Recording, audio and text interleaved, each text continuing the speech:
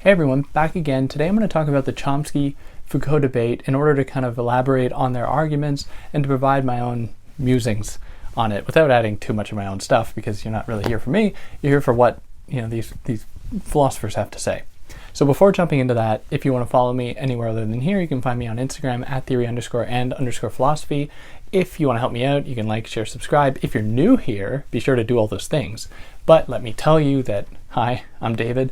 I try to explain philosophical texts in a way that makes them accessible, philosophical ideas, so that they can be accessible to you, at least with the amount of knowledge that I have on that subject. So if you like what I do, I'd like for you to come back. So like, share, subscribe, and then you can see whenever I release videos every week, sometimes twice a week. If you found me on YouTube, you'd be able to find the podcast version where there shouldn't be any ads pretty much anywhere where you get podcasts. If you're listening to this on Apple Podcasts, be sure to leave a review.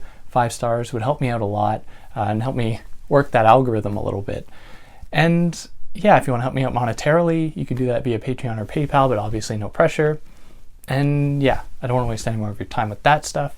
Let's jump into this debate. Now first, urban legends. Apparently Foucault didn't actually want to do this debate, and he was apparently going to be paid in hash to do it, and he was going to wear a wig, a comical wig. I don't know if that's true. I don't want to pay any credence to rumors, but they're rumors, they're out there. A lot of people are saying. Anyways, that's there.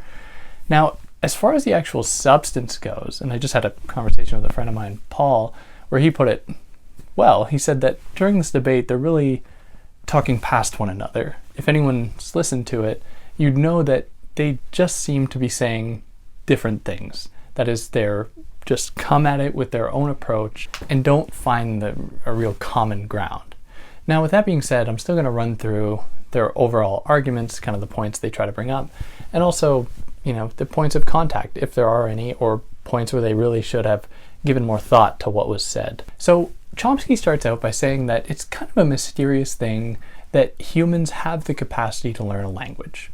So when we're young, we don't actually get taught or sat down to learn a language. We just exist among people who are speaking, and through that, we have the capacity to adopt the language that is being spoken around us. Now, what that means for Chomsky is that humans have a kind of internal, natural propensity to learn language that is really unparalleled in other beings, in other animals that don't have that capacity to learn a very complicated language like humans. Now, if anyone here is familiar with Deleuze and Guattari, you'd know that they have their own big criticism of this, but I'm just borrowing that for now. Let's just focus on what Chomsky's on about and Foucault's response. So Foucault responds to him essentially by saying that he's suspicious of any such designation of a kind of human nature or a kind of natural human propensity to learn language. Foucault is like, what ideas are necessary in order for us to arrive at that conclusion, in order for us to extract such a conclusion? So one of the things that, for anyone familiar with Foucault's work, would be that he is quite skeptical or suspicious of this idea called man, to use the kind of regrettable term, or human. Where in the order of things, he makes a very good case that this idea of the human, as it is constructed in the way that we often think of, we think of a person standing upright, having certain linguistic capacities. The attachment of the idea of a human that could then be transposed to all other humans that fit these criteria is a pretty new thing. We didn't have that for all of time before then. So the very science upon which Chomsky is forming his idea is predicated upon an assumption that this idea about the human is universal and it is timeless, like we've always had this. And humans can all be understood, even throughout all the course of history, in their capacity to learn a language. Now, just for my own part, I am in part a little suspicious of this attachment of a certain privileging of language in this way. Now, humans, when we're quite young, we're never taught how to walk. We see people walking and we try to emulate that and match it. Why do we not ascribe this ability to walk with a kind of innate human capacity to learn how to walk or to mirror the world? And it's kind of strange that Chomsky kind of focuses, at least here, exclusively on language. But in any case, that's just me. Now, the next point that Foucault makes comes out of a misunderstanding of what Chomsky is on about. So Chomsky extracts or extrapolates from his idea that every single human being yearns to learn to some extent. They yearn to learn language, and they have the kind of natural capacity to do that, to learn a language. Now, he extrapolates to say that there is this human propensity for creativity, for burgeoning into newness, for allowing ourselves to expand into new horizons. And this sets the tone for science, making a science possible, but we're going to get into that in a little more detail later on. But Foucault interprets that to mean, like, when we're thinking about creativity or geniuses or anything like that, he takes it to mean like a Newton or Galileo, people that really stood out in the course of human history in moving human history forward. Now, Chomsky responds by saying, no, he really wants us to be thinking about an innate capacity for creativity, not these exemplary demonstrations of creativity. And for him, a science becomes possible when this creativity is put in place in an external operation in the world. So when we find a way to match what we are seeing in the world and are able to construct certain operations to understand that world that match, that have a kind of coherence with our internal structures that foster creativity, possibility, that foster our innate drive to learn more and more and more, when that happens, when there's a congruence between the two, then a science can be said to emerge. Now, Chomsky gives us this idea, and he doesn't really elaborate, but it's a very complicated idea, because when we think of a science, let's say physics, for example, physics that is applied to understanding space travel, it's difficult to see how that in any way mirrors what can be found innately in humans, if there's anything innate at all. So I think we can interpret this rather to mean that, in my mind, and I really want to encourage people to, jump in on this in the comment section, but what he might also mean is that when we develop a way of looking at the world that encourages consistent thought, that encourages questioning, that encourages tearing down barriers and opening up new ones, moving past limits, recognizing limits, but then seeking to circumvent them, then we have a science. Whereas otherwise we just have like a religion that just tells us how to think, and that's it.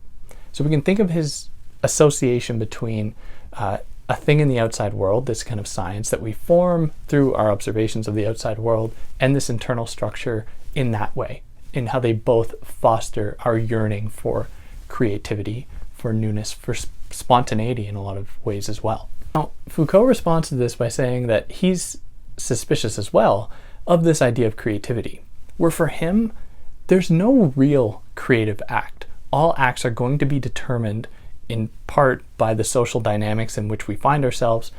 They could be determined by biology, by evolutionary, our evolutionary impetus. Like, humans don't have the capacity to run 30 miles an hour, at least maybe not, I don't know, maybe someone can do it.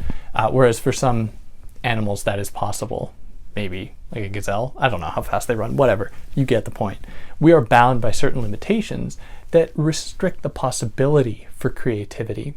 And so even this, if we accepted Chomsky's thesis that, humans all have this kind of creative capacity, we must demand under what restrictions such a creativity is allowed in let's say, a social setting. So Foucault is really starting to push Chomsky on some of these assumptions that kind of underlie his thought. They exist underneath his thought and that hold it up. And so he takes this to mean, or he takes this idea and runs with it to say that science does not emerge when there is a kind of congruence between an external operation outside of ourselves that fosters creativity and possibility and newness, and a congruence between that, or a kind of agreement between that and our internal structure. Rather, a science emerges because power dictates what a science can look like. It is restricted by certain, insert any kind of Foucauldian jargon you like here, determined by regimes of power, by loci of knowledge. So for Foucault, science doesn't just emerge kind of spontaneously. It is rather the product of all previous history that, and let me add an asterisk here, it doesn't move in a kind of positivistic direction where it goes from, I know you're seeing this backwards, but like this, from left to right in a kind of linear fashion. Rather, for Foucault, what happens is that science emerges by borrowing certain elements of the past while foreclosing, but while shutting away, the word he uses is occulting. In French, it's more common than in English, I believe, but like it's to hide or to cache, to hide certain ideas while allowing some to emerge. And for texts of his that really go into this madness and civilization, when he looks at the ways in which the mad were treated, it really demonstrates that the so-called Age of Enlightenment wasn't a total departure from previous historical manifestations of treating so-called madness. Instead, it was very much an extension of that and a transformation of what had already existed rather than something totally new, which is what Chomsky seems to ascribe to science as being something that is removed from the burden of history, removed from various obstacles like institutions, coercive institutions that try to limit possibility. For Foucault, he actually says, like, in fact, it is these institutions that make science possible. They are the ones that determine what is a possible science, like linguistics, like biology, like physics, anything like that is determined by various institutions that allow it to emerge. Now, we go from here to talking about politics, or what kind of Chomsky imagines for the future and what his theory points to. And that is pointing to what he calls anarcho-syndicalism, which is a system that fosters innate human capacity for creativity that is not burdened, that is not dictated by what he calls coercive institutions. That is, it is a system that fosters this innate creativity that he has set up in the first place at the beginning of this debate. Now, Foucault is extremely skeptical. Like, he's like, no, I cannot, with any good faith, pretend to sketch out a system, or to say like the proper system will look like X, and then that's it. Foucault's a lot more cautious, and I know in the way that I'm framing this, it might very well seem like I'm on Foucault's side here, and I am, but I really want to try to give nuance to this. So Foucault's suspicious of the way that Chomsky frames a better society as being one that is free from coercive institutions. And the reason for that is that Chomsky focuses pretty exclusively on media institutions, on government institutions, military institutions, where Foucault wants to really expand that to say that, it's not just those institutions that are oppressive or repressive. The family is extremely repressive. Schooling is extremely repressive. Religion, you name it. You go from there and everything is going to work in favor of the system at hand. So when Chomsky constructs or sketches this system that is free from coercive institutions, he is forgetting in part that there are all of these other institutions that exist and proffer up that very system. So even if we got rid of all those so-called coercive institutions, we'd still be left with these other really repressive ones that operate to define the boundaries of normativity and to punish those that refuse or are unable to abide by what is considered normal or proper. And so it just seems kind of naive to say, oh, well, what we are doing or what we can do is get rid of these institutions, X, Y, and Z, government, military, police, and then things will just be peachy green after that. That's just totally naive for Foucault. Instead, he maintains that the task is to critique and to really be pointing to the limits of each of these institutions in their capacity to foster even the thing that Chomsky's talking about, like creativity, where we can't really say that is fostered in the nuclear family setting. Like, that is certainly not the case. In fact, it's only a certain kind of creativity that is fostered there, one that is predisposed to socializing people to keep the nuclear family dynamic going, on and on and on, for example. Now, Chomsky has a good point in response to this. He says it would be a shame, though, to say that we can't try to make our world better, or a world that works better for us as humans. And he's still maintaining this idea that humans have this kind of innate capacity, and it's up to government officials, it's up to whoever, academics, intellectuals, to find a way to foster that. Because the end goal is to have a system that matches this internal human structure that is natural, supposedly.